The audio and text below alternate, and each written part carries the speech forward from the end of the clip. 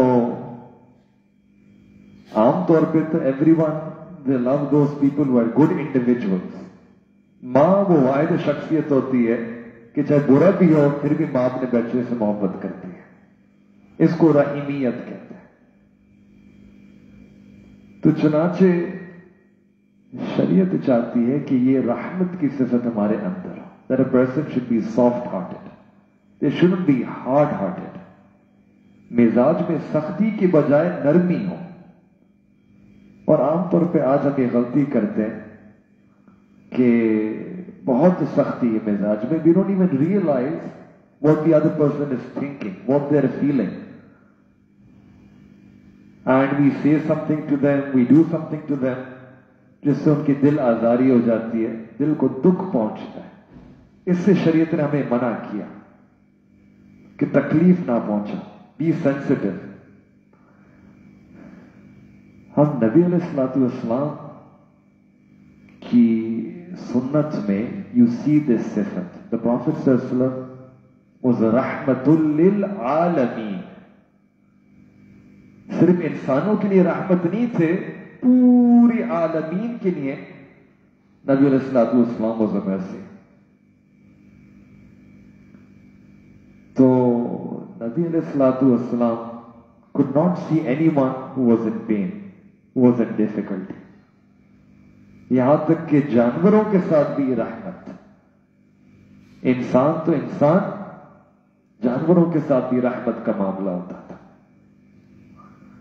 صحیح بخاری شریف کی روایت ہے کہ ایک زانیہ عورت تھی بنی اسرائیل کے زمانے میں. اس نے ایک دفعہ، یعنی زانیہ عورت سے مراد یہ کہ by profession she would commit this sin. ایک دفعہ کنویں کے پاس سے گزر رہی تھی تو دیکھا ایک کتا ہے جو پیاسا ہے اور کنویں سے پانی پینا چاہتا ہے لیکن is not able to take the water out.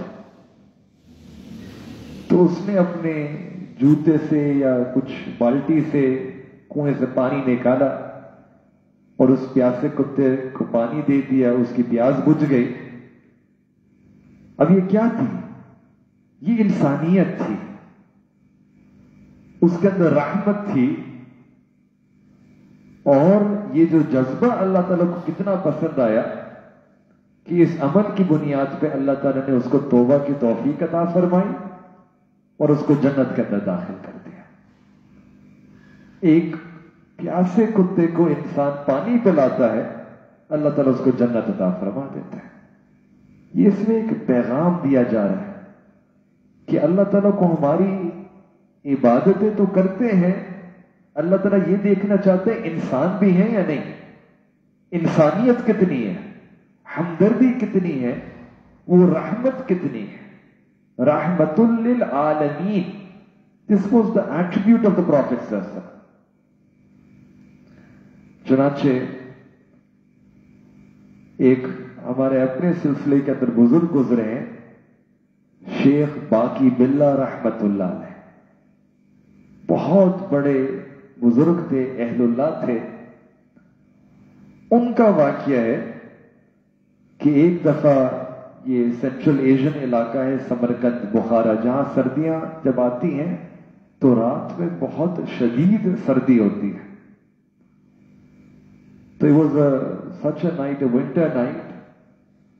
اور وہ تہجد کے لیے اٹھے، نماز پڑھی اور پھر جب تھوڑی دیر کے بعد واپس آئے آرام کرنے کے لیے تو دیکھتے ہیں کہ ان کے کمبل کے اندر ایک بلی ہے، وہ گھس گئی اور اس کو گرمائش اچھی لگ رہی تھی تو وہاں آ کے وہ سونا شروع کر دیا اس نے.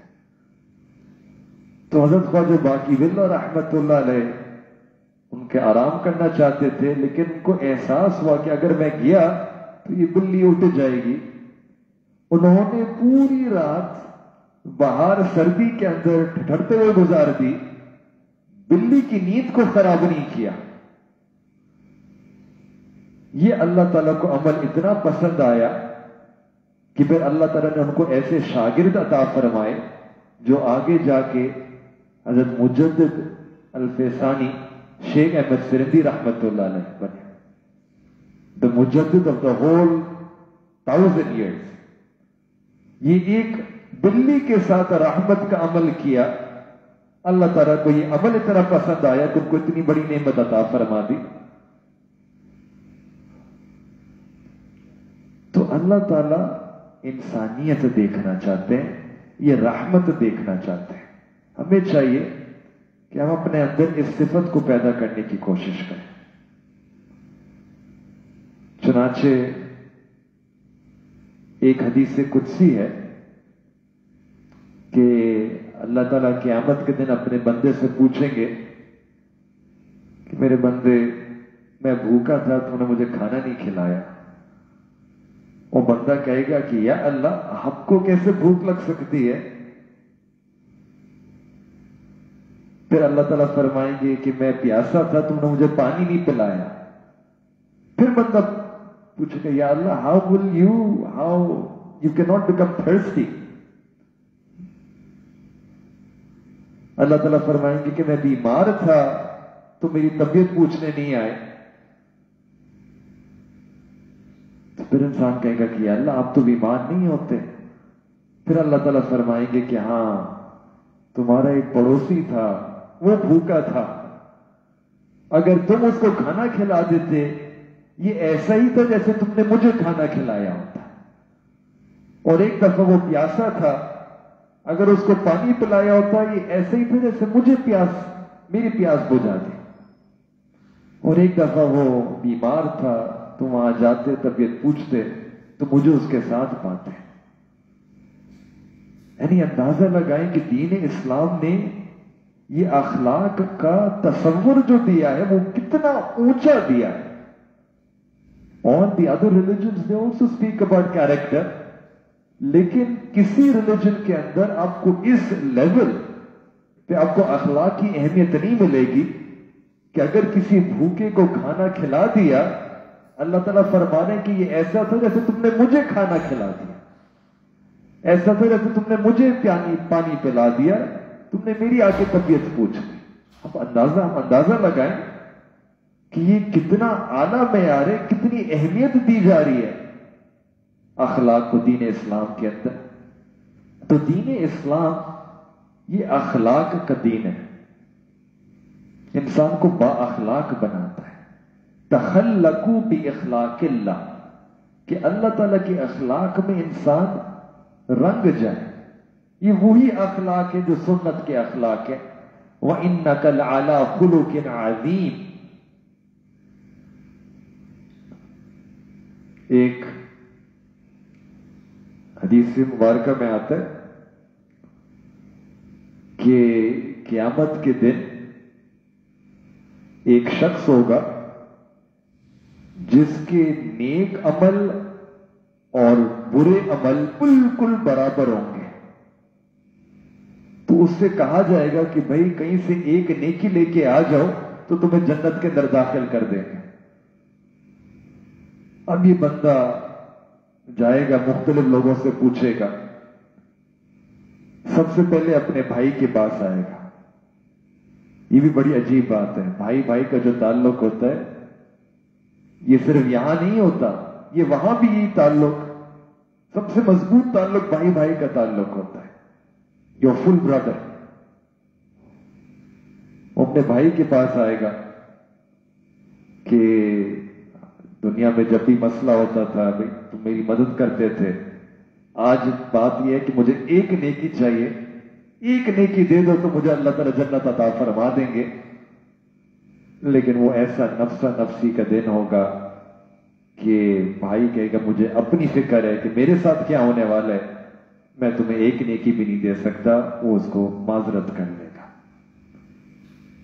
جب بھائی منع کر دے گا پھر یہ اپنی امی کے پاس آئے گا کہ امی آپ تو کہتی تھی کہ میں آپ کا سب کچھ ہوں، آپ مجھے ایک نیکی دے دیں، مجھے ایک نیکی چاہیے جنت میں جانے کے لیے۔ ماں بھی اس کو منع کر دے گی کہ بیٹے آج میں تمہیں کچھ نہیں دے سکتی۔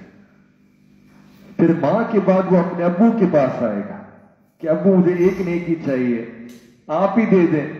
ابو بھی دینے سے انکار کر دیں۔ پھر وہ اپنی بیوی کے پاس آئے گا کہ آپ مجھے دے دو، آپ نے تو میری دنیا کے اندر میرا سہارا بنی تھی، ایک نیکی کی بات ہے۔ She will also refuse. And then وہ اپنے بچوں کے پاس، بیٹوں کے پاس آئے گا کہ بیٹے تم ہی مجھے ایک نیکی دے گا، and the sons will also refuse.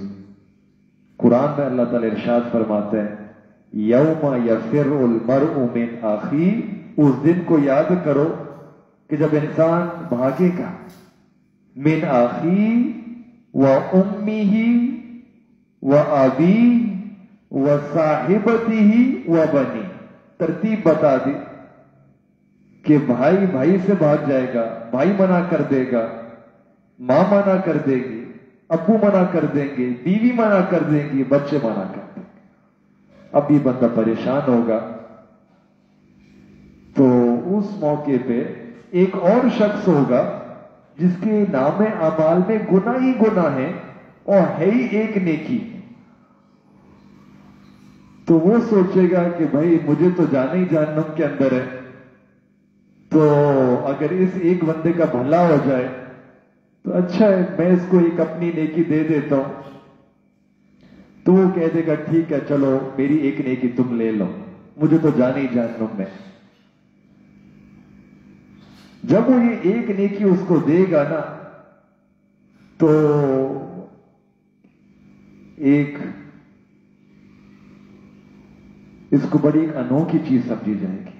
لوگ حیران ہو جائیں گے کہ آج کے دن ایک شخص نے اپنی ایک نیکی کسی اور کو دے دی۔ This will be breaking news on that day. یہ خبر اللہ تعالیٰ تک پہنچے گی کہ بھئی ایک شخص تھا، اس نے اپنی نیکی دے دی کسی کو۔ تو اللہ تعالیٰ کو تو سب چیز کا علم ہے، لیکن اللہ تعالیٰ فرشتوں پہ ظاہر کرنے کے لیے پوچھیں گے کہ کیا معاملہ ہوا، تو بتایا جائے گا کہ یا اللہ ایک بندہ تھا آپ کا جس کے نیکیاں اور گناہ برابر تھے، اس کو ایک نیکی چاہیے تھی، وہ سب کے پاس گیا، کسی نے اس کو نیکی نہیں دی، لیکن ایک ایسا بندہ تھا جس کے پاس کوئی بھی نیکیاں نہیں تھی سوائے ایک، اور گناہ ہی تھے۔ اس نے کہا کہ مجھے تو جہنم میں جانا ہے، میں اپنی ایک نیکیاں دے دیتا ہوں۔ تو اللہ تعالیٰ اعلان فرمائیں گے کہ یہ کون بندہ ہے جو اپنی ایک نیکی دیتا ہے، بڑا سخی بنتا ہے، اس کو لے کے آؤ۔ اس کو لایا جائے گا، اس سے پھر اللہ تعالیٰ خود پوچھیں گے کہ بھئی تم اپنی ایک نیکی اس کو دے رہے ہو، کیوں دے رہے ہو؟ وہ اللہ تعالیٰ سے التجا کرے گا کہ اللہ مجھے تو جانا ہی جہنم کے اندر ہے، میں نے سوچا کہ اس کا بھلا ہو جائے گا، ایک نیکی میں اس کو دے دوں۔ اللہ تعالیٰ فرمائیں گے کہ تم بندے ہو کر اتنی سخاوت کر سکتے ہو، تو میں تو سخی بادشاہ ہوں، جاؤ تم بھی جنت میں جاؤ اور یہ بندہ بھی جنت میں جائے۔ اللہ اکبر۔ ایک قیامت کے دن انسان ایک نیکی کی وجہ سے جنت میں چلا جائے گا۔ ایسا انسان بھی ہوگا جس کی نام اعمال میں ہوگی ایک نیکی، لیکن اس کی رحمت ہوگی دل کے اندر، اس رحمت کی بنا پہ اللہ تعالیٰ اس کو اس ایک نیکی کی بنا پہ کہیں گے جاؤ جنت جاؤ۔ یہ رحمت اللہ تعالیٰ کو بہت پسند ہے۔ آج ضرورت اس بات کی ہے کہ in our interactions with each other, in our relationships at home, we try to inculcate this attribute of mercy within us.